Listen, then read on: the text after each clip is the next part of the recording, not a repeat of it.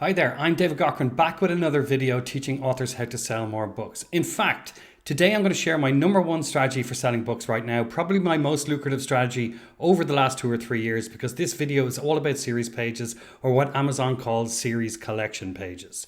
Virtually any experienced self-publisher will tell you that it's far easier to make money with a series than with lots of unconnected standalones. And I know that because I found out the hard way, because I started off writing lots of unconnected standalones.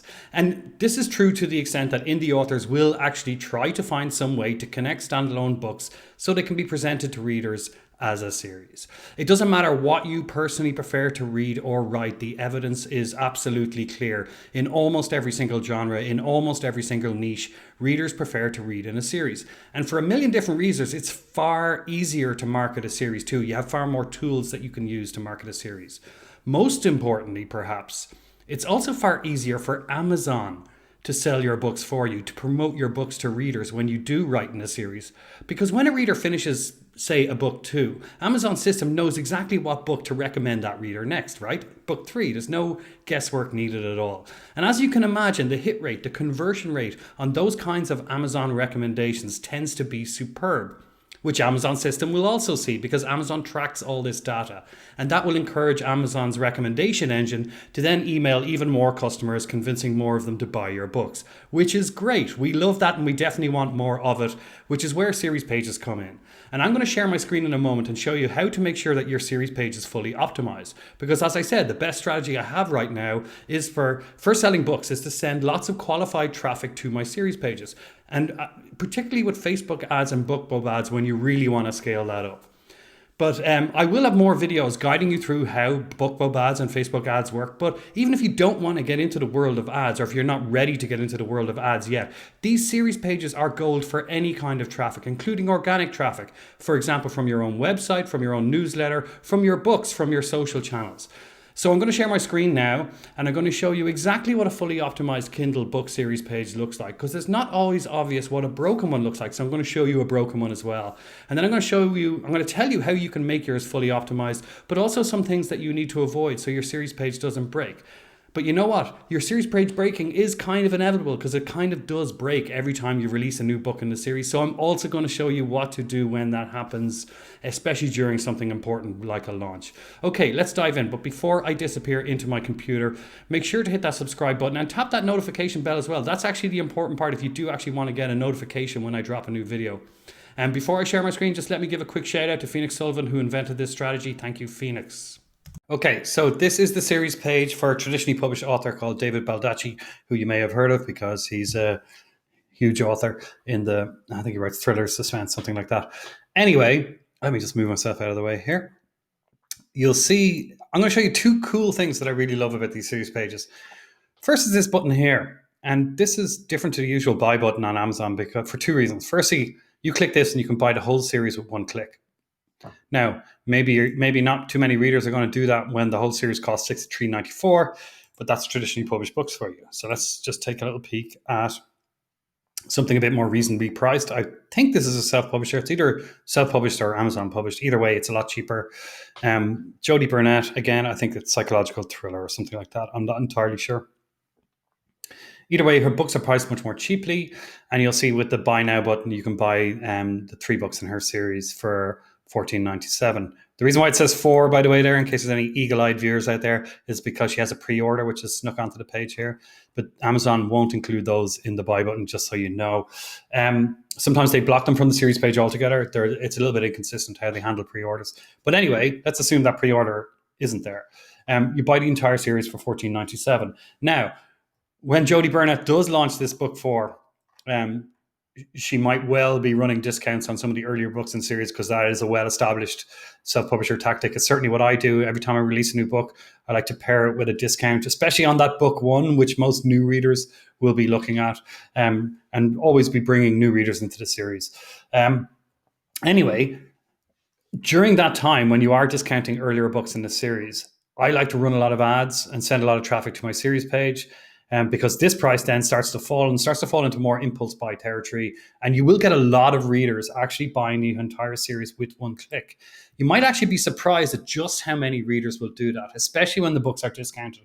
To give you a very extreme example, I ran this massive campaign a couple of years ago where it was a 9-book series that wasn't really selling well. So I just put everything at 99 cents for Black Friday, I think it was, and then just ran a lot of ads towards it. And the amount of readers that bought all 9 books in the series in one go was incredible.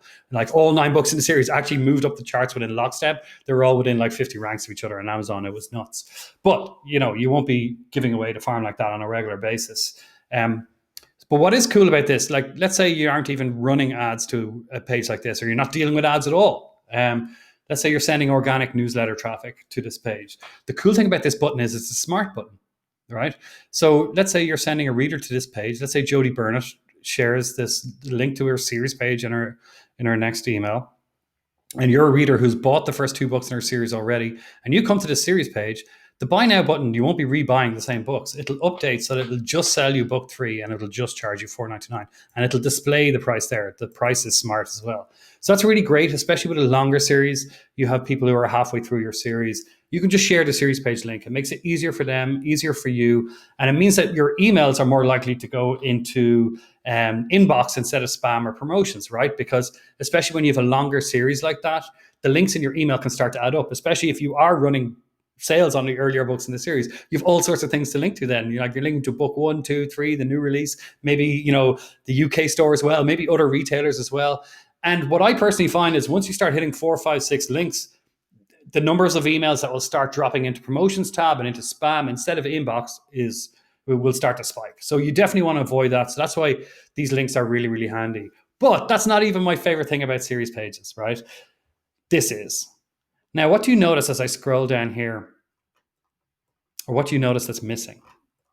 There's no ads, right? And we are so used now on Amazon to seeing Amazon shoving ads in everywhere, because Amazon's making just so much money from Amazon ads that they're shoving them in everywhere. Sometimes you even type your own name in on Amazon and you'll see 2 or 3 ads pop up before your own bloody books. We've seen Amazon remove the strip of also boughts for a while on our book pages and shove in, a carousel of ads instead. Sometimes 2 carousels of ads. We've seen them put in several carousels of ads at the bottom. They're just shoving ads in everywhere.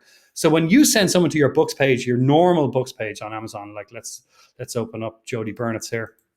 So you send someone to your normal books page on Amazon, you'll have ads up here. There's obviously thousands of things up here that all the time that people can click on. You are grabbing a crucial bit of real estate back there by having a series page, by the way, another good reason to have one. But then, there's this books you may like carousel. Sometimes that's a carousel of ads, sometimes 2 carousels of ads. One day after I launched a book, and then, more ads in these kind of slots, Amazon trying to get people into book clubs. Then there'll be ads for all sorts of things everywhere, trying to distract people away, which you really don't want when you're paying to send money to your Amazon page. You don't want them going and buying some other book instead. And then, even when you're not paying for the traffic, your newsletter, that's high quality, the highest quality traffic. And you don't want them, seeing something that catches their eye and maybe looking at this and then buying it and then forgetting to come back and buy your new release. You definitely don't want that. So when you send people to these pages, so usually what I'll do in a launch, I will include a link to my latest release, a direct link, and then I'll also include a link to the series page. And that way I'm minimizing the links in my emails. And then I will run loads of ads to the series page as well, because I'll often have discounts running on the series. And together, those 2 things can be very, very powerful. Now, that's why series pages are good. Now, let me show you one that's a little bit broken, because series pages are pretty fragile things. They can break quite easily. And even when authors don't even really do anything that wrong, they can break. And also, they can break even when you do everything right. So it's really good to know what a broken series page looks like and how to fix it. And I'm going to go through that with you now. So I don't know this author either. I just picked random books out of the charts and searched through them to find a series page that didn't look quite right. So you'll see this series page here. It's missing that buy button up top. Now, perhaps this author has done everything right, and this is just because there's only 1 book in the series. Sometimes that can make a series page funny on its own. But just looking at the page, I suspect there might be a slight metadata issue that this author needs to fix. You can see here, I think this is probably the original book cover the author had this as the title, Gundertaker, and then this is the series name. But then maybe for marketing reasons, the author decided to change it to Monster Girl Galaxy Book One as the actual author title. That's, I don't know. I'm just guessing here from what I'm looking at. So you can see here, what is really a series name has gone into the author title or the book title space, and that could be confusing Amazon's system a little bit. I don't know. I'm only guessing here. Let me show you another way that series pages can break. Now, this is more common, that you'll see just this message here. This series is not currently available for purchase. And there's no buy button up here and also no buy buttons down here. Now, I often see this with a broken series page. But also you will see this if you're genuinely not able to purchase the series. So for example, this is actually Robert Galbraith. So the chances are the series page is actually working. But because I'm looking at Amazon UK and I shop in Amazon US, this is the error message that will pop up. So don't freak out if you're looking at your series pages in other stores where you don't shop, or if you don't have an Amazon account and you're looking at your series page. If you're not able to purchase it, this will come up. It doesn't mean it's broken for everybody. It just means that you specifically are not able to purchase it because of territorial reasons or whatever. But if you notice anything funny on your series page where the buy button is either malformed or just the buy buttons are missing, there's probably an issue with your series metadata, and I'll show you exactly how that plays out now. Okay, so this is the publishing page on KDP. Okay, now I won't do a guide to this entire interface. I actually have a video here on my page, how to publish a book on Amazon like a pro, right? That one will walk you through every aspect of this page. I just want to show you one thing here, this field here, the series field, which is on the first page of the KDP publishing interface. Now, what you put in these two boxes here is usually what will decide if your series page will break or not. So that's the first thing you got to look at if you have a broken page, and the thing you got to watch out for. Now, Amazon won't give a series page for everything. There are actually a few rules here. I should probably run through them. You can actually go to the KDP help page and put in series collection, which is the Amazon term for these things, but indies tend to use series page. So that's what I'm using here. And they do have a few minor rules about series pages. First of all, you have to be published via KDP. Obviously, J.K. Rowling isn't published via KDP, but for self-published work, you have to come through the KDP portal. So if you're using someone like, I don't know, BookBaby or one of those self-publishing companies, you won't get a series page. If you're using a distributor to reach Amazon instead of going directly, you won't get a series page, right? So consider that reason number 1 million to publish directly on Amazon if you're self-publishing. I think it's a very bad idea to use any third party to reach Amazon. Okay. So you have to be published via KDP. It has to be a full-length book. Now, Amazon, of course, doesn't define what that is, but it says that short stories, novellas, box sets, and all those things aren't allowed. Sometimes they sneak in, so you will see exceptions to that, but as a rule, Amazon says they're not allowed. Now, I have been able to get books onto a series page that were as short as, how short was that? 35,000 words, something like that. Now, maybe for nonfiction, they allow slightly shorter ones because shorter nonfiction books are pretty common these days. But the threshold seems to be somewhere around there. There isn't an exact line or definition. But just as a rule, Amazon says it doesn't allow novellas. It has to be full-length books which are published via KDP. And then the other rule is you must have a series name and a series number in these metadata fields. Now, I was just testing something here. My actual series name is Let's Get Publishing, which is a series of books I have for authors. And this is book 2 in the series. Now, this is really, really finicky. So I'll tell you a couple of ways that authors will commonly break their series page. The first one is by using Roman numerals instead of Arabic. So if you're using, that style of writing 2, if you're really old school, using the Latin way of writing 2 instead of the Arabic way, which is more common.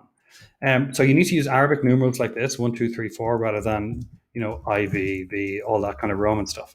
Forget about that. There's a good chance that will break your series page.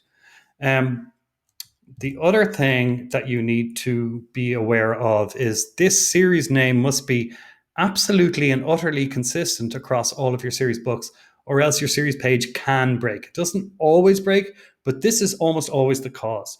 Now, this is really, really finicky. It's even case sensitive, right? So let's say, what was I experimenting with there? Building the perfect life. Let's say I was one of those totally legitimate life coaches, and I was teaching everyone how to build a perfect life. So let's say this was actually my series name, right? Building the Perfect Life. Now, let's say I used this exact form and this exact capitalization for the first book in the series. But then a few months later, I was publishing book two, and I did that, right? Which it could easily be done. That's enough. That little change from a capital T to a lowercase t can be enough to break your series page. So just really watch out for that, because it's so easy to not be consistent in these two fields, especially when you're publishing a book or a series slowly over time. And it could be 3 months, 6 months, a year, 2 years, whatever, in between series installments. So just go back and check what you've done. Make sure that it's consistent across all the books in the series. The other things that can break it is when people do something like this. I see a lot: Building the Perfect Life, book two, something like that. You don't put any number information in this. You need the series name in this box, and it has to be consistent across every book in the series. And then here you indicate the series number, and again, as I said, use Arabic numbers in that form. Okay, so that's how you don't break your own series page. Now, the problem is Amazon will regularly break your series page, even when you do all this right stuff. And the thing about series pages that is weird is they go down, they break every time you release a new book in the series. Now, if I just show you, go back to the original one I was looking here with Jodie Burnett, you'll see up top here, this is like every book on Amazon has an ASIN number, but every product on Amazon and every kind of page also does. So this actually has an ASIN number here. And that will actually change every time Jodie releases another book in the series. So every time you release a new book in the series, the old series page comes down, it breaks, and Amazon puts up a new one, which has a new ASIN number, which means your links will be new. So if you are using these links in Facebook ads or whatever, let's say you're launching book 4 and you're doing a lot of ads to series pages, and then you come along a few months later and you're launching book 5, update your links in the ads, or else they're probably going to go to a page which is broken. Now, this can be a problem in the middle of a launch because you don't know. It's not like, you publish a book, Amazon breaks the series page right away, then 4 hours later it fixes it. If it happened like clockwork like that, it would be easy to handle. The problem is you don't know when the series page is going to go down, and you don't know how long Amazon is going to take to fix it, which is a real pain in the ass, quite frankly. But these series pages are so lucrative that it really is worth dealing with all this hassle. So what do you do in that case when your series page breaks? Well, the first thing to do is to go back to your series metadata and just be utterly sure that your series data metadata is consistent. In fact, I better fix mine. So make sure it's utterly consistent across every book in the series. Make sure you're using Arabic numbers and you're not putting anything in the series information field that shouldn't be there. And that, of course, you are published via KDP. It is a full-length book and all that stuff. So you do qualify for series page. Make sure it's also not a prequel. Right? Prequels aren't allowed on the page. Look, this is a massive series from Ken Follett, and they've just released a prequel to it. I think it's set like a few hundred years before the main action. And now they've tried to release it as a book 4 here because for obvious commercial reasons, but it's actually set, before the other books. And Amazon doesn't allow prequels on the series page. So even for, one of the biggest releases of the year, Amazon is like, you're not getting that on the series page. Now, because it is, I think it's Random House or whatever, they might have a contact there and they might get that sorted out. But little old indie author, you and me, won't have that kind of pull. So, if you have like a novella that comes in between book 2 and book 3 and you try and put in, in this series field, if you try and put in, 2.5, that's something authors try.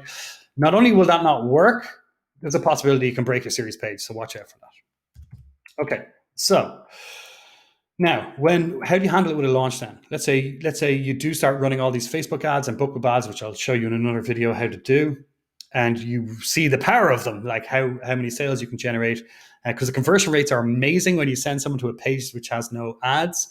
And then, your return on investment is amazing when someone buys the whole series, right? So you can then start tolerating things like higher click costs and all the things that we have to deal with as an author in 2020. So it's a great way to solve a number of problems at once. That's why I love these pages so much. But what do you do when they break in the middle of the launch? Okay, there's a few ways you can handle that. First of all is to do what Jodie Burnett did here, which is to use pre-orders. Now, because that pre-order is on her page already, that means that the breaking and reforming of the page has probably happened already. So she should have no problem when she launches this book on the 1st of January. She shouldn't have to deal with any issue with her series page going down. Another way of avoiding it Now, this will suit some authors a lot and it won't suit some authors at all. So I'll have a third option for those guys. Now, some authors like to publish their book a little bit early, right? They let's say their release date is the 20th of October. They might publish it on the 10th or the 15th or something like that, just to make sure they've all their ducks in a row. It just works for them and their workflow. They like just having everything organized before they send out their emails to readers and all that. I know plenty of authors like that. So then if you are that kind of author where you're publishing a few days before you tell anybody and you're just finessing your page, fixing your blurb, making sure everything looks right before you open the doors to the public, then the chances are your series page will go down and break and refix and come back up before you even tell anybody. So that can be a good option then. If that suits your workflow, publish your book a few days early. But that doesn't suit everyone. It doesn't suit me. I'm usually running things right down to the wire. I'm getting the book back off the editor. I'm doing a quick, proofread format. I'm just getting it out on time or whatever. That's because I'm incredibly disorganized. I think that describes a fair few authors. We don't often have the luxury of a lot of time around releases. It tends to be a frantic moment, certainly for me. So what do you do in that case? Well, there is one workaround which will guarantee that your series page doesn't break during launch at all. And that's not add your new release to the series. I know this sounds kind of crazy, but go with me on this for a second. So let's say I am Jodie Burnett, and I have assumed her identity. Sorry, Jodie. And let's say I'm launching this book in January. Now, and let's say it wasn't a pre-order, because I actually don't like doing pre-orders. Okay. So what I would do is when I'm publishing the book on Amazon, I would include nothing here in the series information page section. Nothing in the name field and nothing in the number field. I would just publish it as if it was a standalone. Okay. And then, I will do and then there's no chance of breaking the series page because Amazon doesn't know it's connected to the same series. So then I can run all my ads to the series page. I can share my series links and I don't have to worry that I'm spending hundreds of dollars on a Facebook ad that is sending people to a broken page on Amazon. And they will get one of those 404 pages with the lovely dogs of Amazon, which are very cute, but definitely not what I want to pay money for other people to see, if that makes sense. Right. So don't include it in your series. Do your launch, do your ads. And then, when the launch stuff is all calmed down after about a week, I'm usually uploading a new book file then anyway, because there's typos or I might have to update a link or I might put in a review link or something like that. Then I put in the series information. And then I will email Amazon and just make sure they speed up the process of actually adding the book to the series page, because you want them to do that. You want Amazon to know that you do have a new book out in that series so it can recommend it to all the people who have bought earlier books in the series. There is one final option, but it's really micromanaging, and I've only done it a few times and it's a bit harem-scarum, to be honest, which is you can just, be super on top of everything. You can just watch your series page like a hawk. It involves spending a lot of time at your computer, so it won't suit everyone. But in case you are, you're at your computer, you're wrangling ads, you're answering emails, you're dealing with reader stuff. If you're going to be there anyway, and you can keep a close eye on your series page, and then you see it go down, just switch off your ads quickly and then pivot to something else. Like I will do carousel ads on Facebook, I'll do ads to the book one, or I'll switch to new release ads. So if you are definitely going to be there around the time during the launch week when your series page might go down, it's an option. It's a bit of a higher risk option because you could end up spending money sending people to a broken series page, but that option is there if none of the options suit. Okay, so those are all the workarounds. And really, like at this point, you might be like, what is the point of going through all that hassle? But I promise you, once you get your ads working or once you start sending traffic to these series pages, especially if you start pairing it with discounts, you will start seeing really amazing results. And in fact, even if you don't want to get into Facebook ads or BookBub ads or don't have the expertise to pull that off, or if you aren't quite sure how you would run a series ad, there is actually an amazing promo out there right now from the people behind Free Booksy. So they have brought out this new series promotion, which I've tested myself over the summer, and lots of my friends have tested as well, and the results are really, really spectacular. Because actually, if you go to a page on my site, the best book promo sites, let's see how good my SEO is live on YouTube. Best book promo sites 2020. Am I anywhere near the top? I am number one. Hey. Okay. So if you go to this page, I'll put a link, by the way, down in the description, along with a bunch of other resources for you, including links to the Free Booksy series promo and all that kind of stuff. Loads of stuff in the description for you. This is a list of all the best promo sites out there. These are like the deal sites where you can advertise your book for, as little as $10 and get it sent to a bunch of readers who will then gobble it up, especially if you're doing a 99-cent sale or something like that. Now, Freebooksy is one of my picks that I recommend as one of the best places to advertise a free book. It's easily the best place actually to advertise a free book outside of BookBub. But they have this new promotion now where they'll actually send people directly to your series page, which is really, really cool. I'm so happy that they started to do this, and I'm so happy that it's really working out for them and all the authors who are participating in it. I got a chance to try it myself in August, and the results were really, really great. Now, I've spoken to the Freebooksy people about the kind of results they're getting, and they strongly advise that you pair that. Well, first of all, the first book in your series has to be free to do this series promotion, right? Or else it's not going to work. And they advise that you pair it with a 99-cent book too, which I would normally advise anyway, because that reduces the step up in price between a free and 99-cent book. But I actually didn't do that with my test because I knew everyone I knew who had tried it had done the 99-cent way. And so I knew that worked. So I wanted to try it, and especially because I was doing nonfiction, where readers are a little less price sensitive and you can get away with higher prices, and $2.99 can seem like a big discount sometimes, especially compared to $19.99 traditionally published books. Okay, so I did a free book and I did a $2.99 book too, and the results were really, really great. I sold hundreds of copies of the later books in the series, and they were all priced $2.99, $3.99, $4.99. So I was getting 70% royalties on those sales. And then there was a few thousand, I think it was 2,000 downloads of the free book as well, the perma free book, which is great for a perma free book because that book had been free for months already and had been pushed pretty hard. So I strongly recommend checking out that Freebooksy series promo. I think I can give you a look at their website here, but I'll put a link to that in the description down below. I'll just see if I can pull up the page that they actually promote your books on, because they actually take some time to build a really nice page for each book in the series. Actually, I'm going to put a link instead. This is better. I'll put a link to this particular article here, which will show you some of the results that beta testers like me got when testing out this promotion. And really the ROI here, you can just see those percentage numbers. People are making back several multiples of the cost of promotion instantly, which is, a rare find in 2020. And I strongly, strongly recommend it. Okay, so just to wrap up, I will have more videos on how to create Facebook ads, how to create BookBub ads, and how to create the ad images. By the way, that's a tricky thing when you're making these ads to series pages, especially you got a lot of books in the series. It's a design challenge, shall we say?